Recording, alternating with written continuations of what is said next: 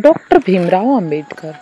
Doctor बाबा साहब अंबेडकर का मूल नाम भीमराव था। उनके पिता श्री रामजी वल्लभ मोलाजी सुखपाल महू में ही मेजर सूबेदार के पद पर सैनिक अधिकारी थे। अपनी सेवा के अंतिम वर्ष उन्होंने और उनकी पत्नी भीमाबाई ने काली पलटन स्थित जन्मस्थली स्मारक की जगह पर विद्यमान एक बैरक में गुजारे।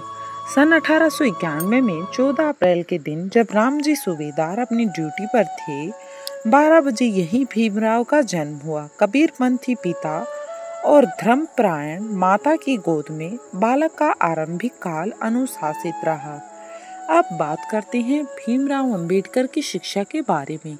बालक भीमराव का प्राथमिक शिक्षण दापोली और सतारा में हुआ। मुंबई के एलिफिंस्टोन स्कूल में वह 1907 में मैट्रिक की परीक्षा पास की। इस अवसर पर एक अभिनंदन समारोह भी आयोजित किया गया और उसमें भेंट स्वरूप उनके शिक्षक श्री कृष्णाजी अर्जुन कैलुस्कर ने स्वलिखित पुस्तक बुद्ध चरित्र उन्हें प्रदान की। बड़ौदा नरेश सयाजी राव गायकवाड़ की फेलोशिप पाकर भीमराव ने 1912 में मुंबई विश्वविद्यालय से स्नातक की परीक्षा पास की। संस्कृत पढ़ने पर मनाही होने से वह फारसी लेकर उत्तीर्ण हुए। अमेरिका के कोलंबिया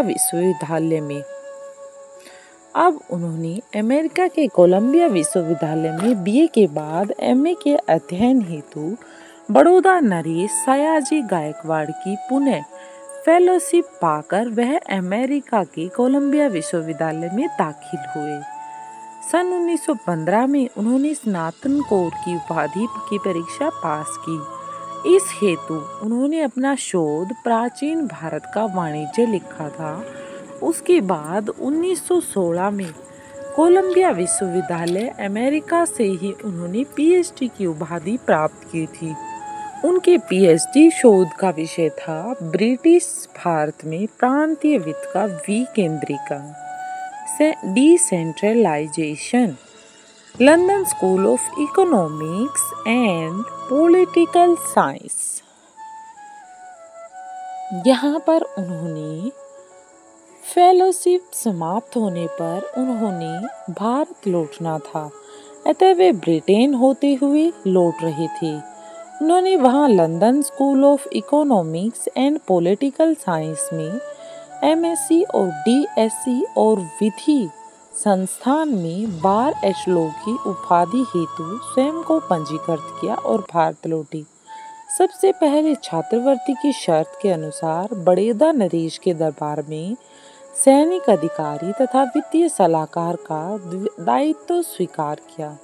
पूरे शहर में उनको किराए पर रखने को कोई तैयार नहीं होने की गंभीर समस्या से वह कुछ समय के बाद ही मुंबई वापस आए और उन्होंने अपना कार्य मुंबई शुरू किया।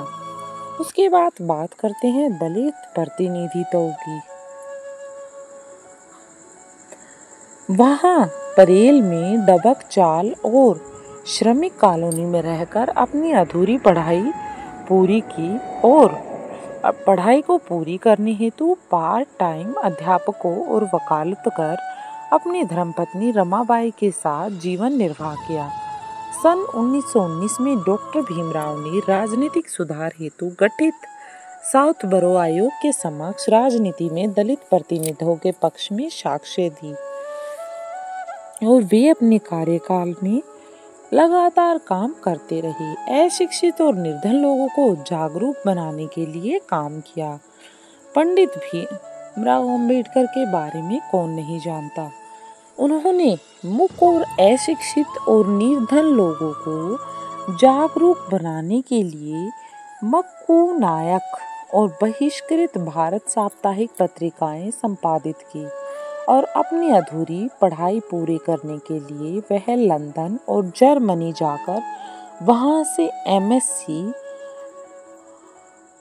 डीएससी और बैरिस्टर की उपाधियां प्राप्त की।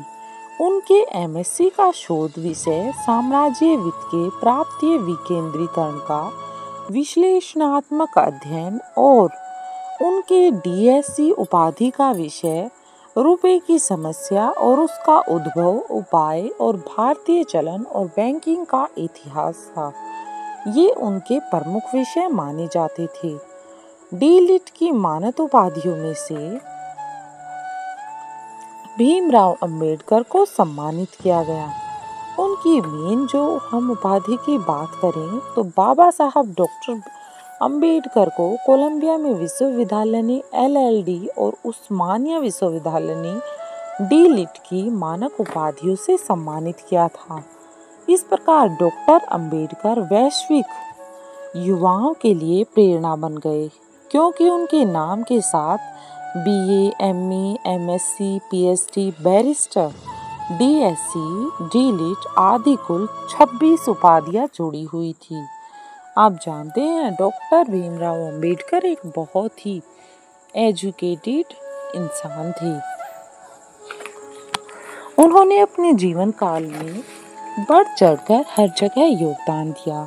भारत रत्न डॉक्टर भीमराव अंबेडकर ने अपने जीवन के 65 वर्षों में देश को सामाजिक, आर्थिक, राजनीतिक, शैक्षणिक, धार्मिक, ऐतिहासिक, सांस्कृतिक, साहित्यिक और औद्योगिक, संवैधानिक इत्यादि विभिन्न क्षेत्रों में अनगिनत कार्य करके राष्ट्र निर्माण में बहुत ही महत्वपूर्ण योगदान दिया। उनमें से कुछ एक का वर्णन हम यहाँ पर करने आपके लिए जा रहे हैं। सबसे फर्स्ट है सामाजिक एवं धार्मिक योगदान।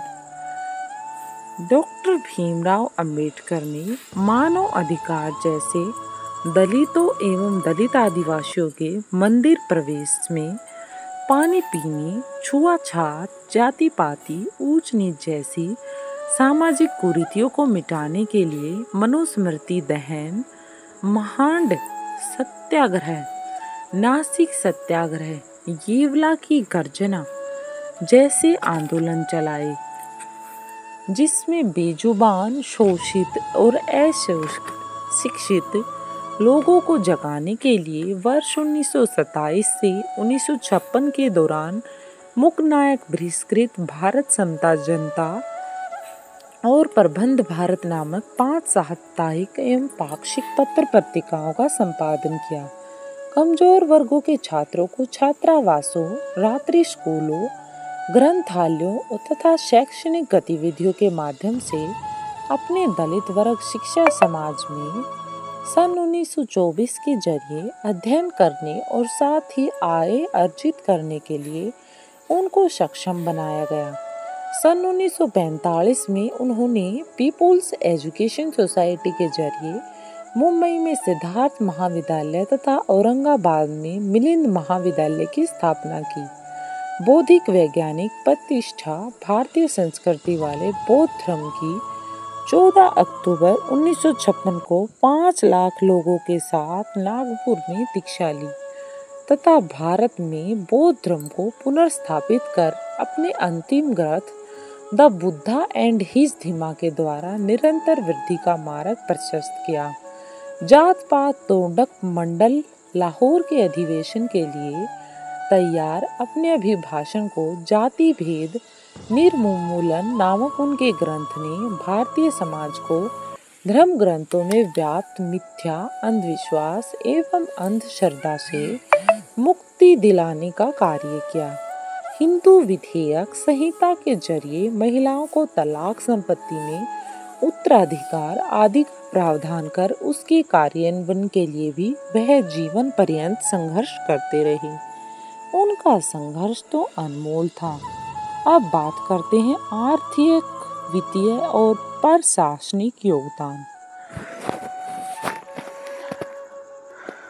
डॉक्टर भीमराव अंबेडकर ने भारत में रिजर्व बैंक ऑफ इंडिया की स्थापना डॉक्टर अंबेडकर द्वारा लिखित शोध ग्रंथ रुपए की समस्या, उसका उद्भव तथा उपाय और भारतीय चलन व बैंकिंग का इतिहास ग्रंथों और हिल्टन यंग कमीशन के समक्ष उनकी साक्ष्य के आधार पर 1935 से हुई।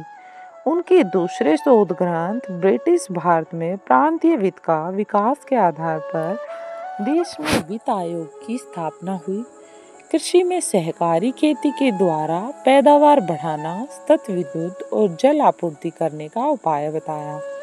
औद्योगिक विकास, जल संचय, सिंचाई, श्रमिक और कृषक की उत्पादकता और आय बढ़ाना, सामूहिक तथा सहकारिता से परगत खेती करना, जमीन के राज्य स्वामित्व तथा राष्ट्रीयकरण से सर्वप्रभुत्व संपन्न समाजवादी गणराज्य की स्थापना करना। सन 1945 में उन्होंने महानदी का प्रबंधन किया और बहुउद्देश्यों की उपयुक्तता को परखकर देश के लिए जल नीति तथा औद्योगिकरण की बहुउद्देश्य आर्थिक नीतियों जैसे नदी एवं नालों को जोड़ना, हीराकुंड बांध, दामोदर घाटी बांध, सोन नदी घाटी परियोजना, राष्ट्रीय जलमार्ग, केंद्रीय जल एवं विद्युत प्राधिकरण बनाने के मार्ग प्रशस्त किए।